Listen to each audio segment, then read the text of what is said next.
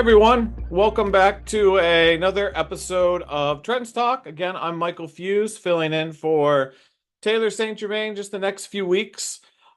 If you joined us last week, we talked about onshoring, nearshoring. Going to kind of tie that in a little bit to this week's talk. Recently, in conversations we've been having with some of our clients, other folks that we talk to when we're out on the road, is a little bit of questions around business to business activity, hearing that sales are generally down or slow, or that customers are delaying orders, holding off, just this mentality of wait and see.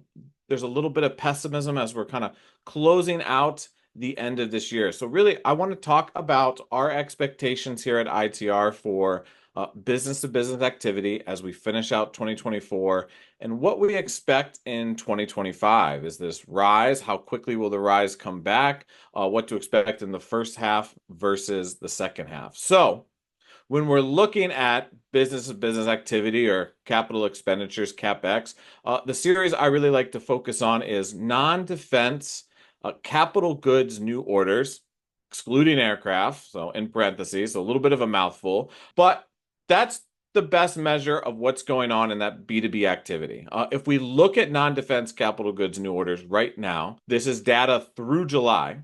So on a 12-month moving total, that 12 MMT, it came in at 885.2 billion over those of the past 12 months ending in July. That's up 0.7% on a 12-12 basis. So that's generally pretty flat, nearing that zero line, kind of showing that what folks have been saying, a lot of businesses are delaying orders or in that wait and see mentality. The data is certainly corroborating that. And that is very likely primarily driven by the interest rate environment, the high interest rates. Yes, we just got some cuts, our initial cut from the Federal Reserve. We'll talk about what that means, but also likely bloated inventories. Now, our expectations for this non-defense capital goods new orders, I really want to focus on four indicators that help kind of show us where we're at and a little bit where we're headed. Those four being one, onshoring, government spending, similarly,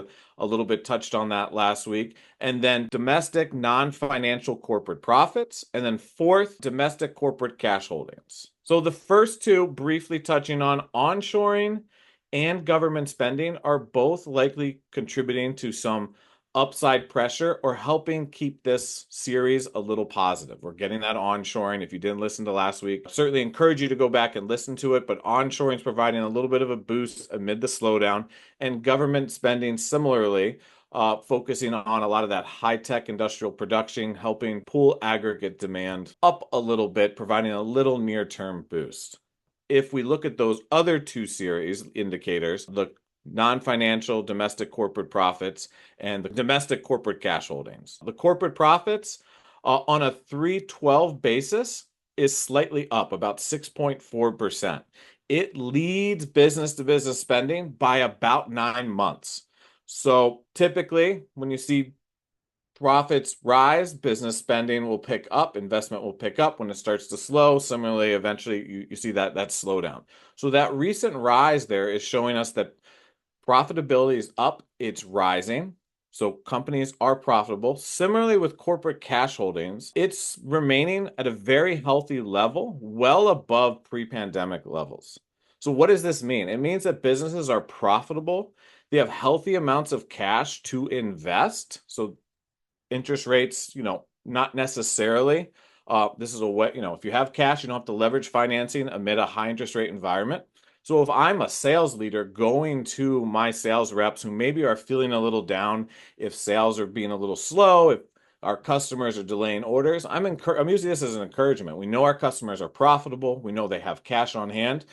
The rallying cry is it's our moral obligation to relieve them of this cash. Now, use the end of this year, this 2024 period. We expect this non-defense capital goods news series to be generally flat the next 2 quarters or so as we round out this year with a little downside bias. It might go a little negative on that 12/12 basis, but take advantages.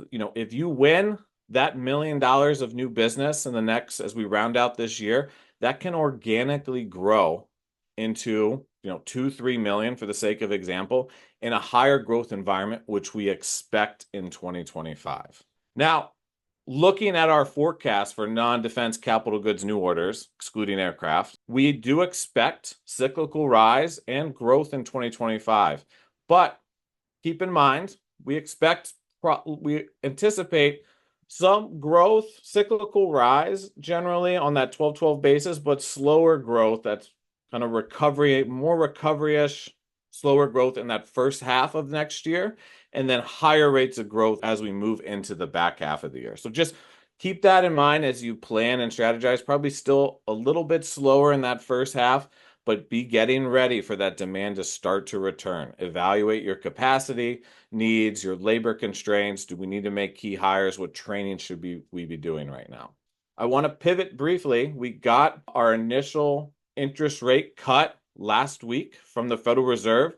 Little bit, I guess, on the surprising side that they went with the 50 basis point cut initially. So some encouragement there that things will pick up. I would anticipate another rate cut or two.